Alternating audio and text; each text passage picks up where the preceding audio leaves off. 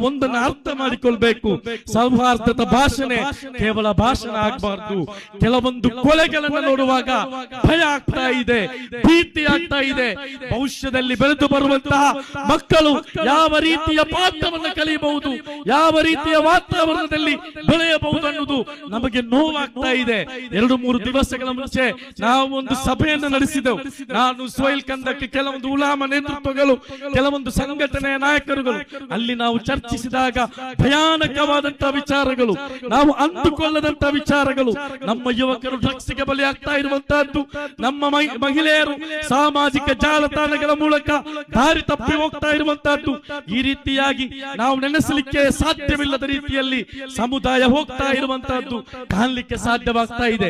ಸೌಹಾರ್ದತೆ, ಶಾಂತಿ ಅನ್ನುವಂತಹದ್ದು ಎಲ್ಲಿಯವರೆಗೆ ಕೆಟ್ಟು ಹೋಗಿದೆ ಅಂತ ಹೇಳಿದ್ರೆ, ತನ್ನ ತಂದೆಗೆ ರಕ್ತ ನೀಡಿದಂತಹ ವ್ಯಕ್ತಿ, ತನ್ನ ಮನೆ ಕಟ್ಟುವಾಗ ಮರಳನ್ನ ಫ್ರೀ ಆಗಿ ನೀಡಿದಂತಹ ವ್ಯಕ್ತಿ, ಹಲವು ಸಂದರ್ಭದಲ್ಲಿ ಕುಟುಂಬಕ್ಕೆ ನೆರಳಾದಂತಹ ವ್ಯಕ್ತಿ, ಯಾವುದೇ ಕಾರಣಗಳಿಲ್ಲದೆ ಅದೇ ಜೊತೆಗಿದ್ದಂತಹ ಗೆಳೆಯ ಕುಂದು ಹಾಕ್ತಾನಂತ ಹೇಳಿದ್ರೆ, ಯಾವ ಸೌಹಾರ್ದತೆ, ಯಾವ ಭಾವೈಕ್ಯತೆ, ಯಾವ ಭಾತೃತ್ವತೆ?